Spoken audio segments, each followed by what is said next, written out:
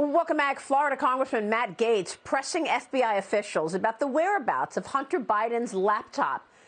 He did not receive a strong response. Watch this. You are the assistant director of FBI Cyber. I want to know where Hunter Biden's laptop is.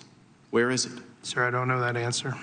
I mean, Hunter Biden's password on his laptop was Hunter02.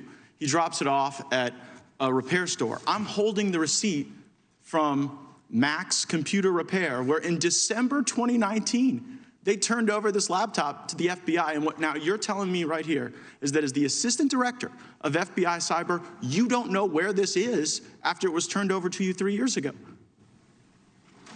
Yes, sir, that's an accurate statement. This as Republican Senators Chuck Grassley and Ron Johnson highlight additional evidence of financial relationships between Hunter Biden and the Chinese government, saying that they now have a receipt that shows he received $100,000 from Chinese oligarchs.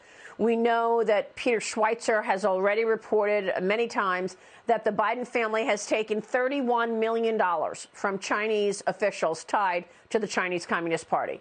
And Dagen McDowell, we bring this up repeatedly because now we are actually feeling the effects of influence peddling in real time, forcing us to question Joe Biden's decision-making on Russia, Ukraine, and China, three countries where his family received many, many dollars, tens of millions.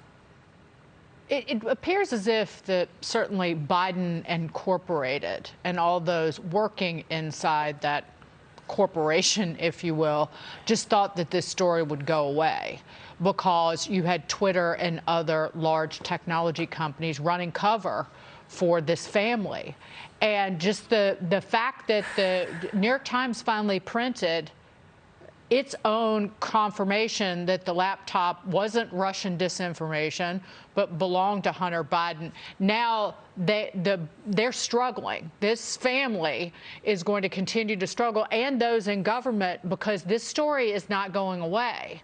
And now that they will, and the spotlight's back on the FBI and also the tax investigation into potential malfeasance and criminal activity by Hunter Biden. So the top has come off that can, and now everybody is looking inside to see, well, the dog food that is the doings of this family. Well, it's not just that this story is not going away, Nancy. Peter Schweitzer is expecting an indictment to come soon of Hunter Biden. And he told me on Sunday Morning Futures a week ago that he thinks that's the reason that the New York Times is forced to admit this is real, because they expect an indictment coming as well. Yeah, well, and he's been right all the way through and ahead on this story, along with Miranda Devine. So I do think it's sickening. The level of incompetence at Justice and FBI, or the level of cover-up, I think is historical. And I find it, as everyone does now that they're following the story more closely, it's very troubling, especially given the geopolitical environment that we're in. So I hope they continue to pursue. And I think Chuck Grassley being in the mix is interesting to me, unexpected somewhat. And I think that goes to the importance of the story and what they know.